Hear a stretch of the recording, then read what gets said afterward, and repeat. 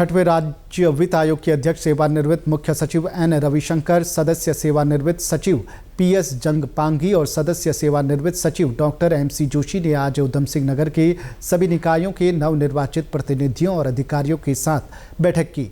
इस दौरान पांचवें राज्य वित्त आयोग की संस्तुति पर आवंटित धनराशि के उपयोग और नवसृजित संपत्तियों के साथ समस्याओं को लेकर चर्चा की गई।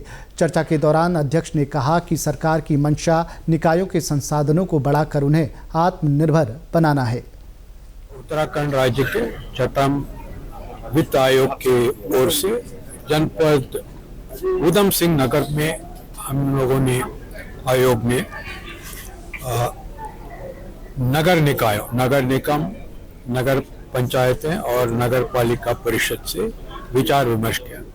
उसमें पूर्व वित्त आयोग के सिफारिशों के आधार पर जो धनराशि प्राप्त हुआ है उनके उपयोग किस प्रकार से हुआ है और किस प्रकार के परिसंपत्ति का सृजन हुआ है उसके बारे में नवनिर्वाचित सदर, मेयर और अन्य चेयरमैन साहिबान से हम लोगों ने चर्चा की। इसी दौरान हमें बहुत बहुमूल्य सुझाव प्राप्त हुए हैं किस प्रकार संविधान के मूल उद्देश्यों के तहत वो अपने स्वायत्तता को जो है कायम रखना चाहते हैं।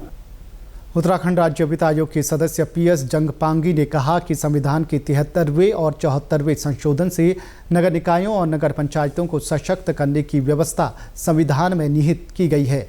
इसी कड़ी में चुनाव आरक्षण, राज्य वित्त आयोग आदि की व्यवस्था की गई है। उन्होंने कहा कि सरकार द्वारा राज्य वित्त आयोग का गठन किया गया, जिसकी संस्तुति के आधार पर निकायों और पंचायतों को धनराशि आवंटित होती है। उन्होंने कहा कि बैठक में आई समस्याओं का संज्ञान आयोग ने लिया है। आयोग अपना मत बनाकर अगले 5 वर्षों के लिए सरकार को अपनी अनुशंसा प्रस्तुत करेगा।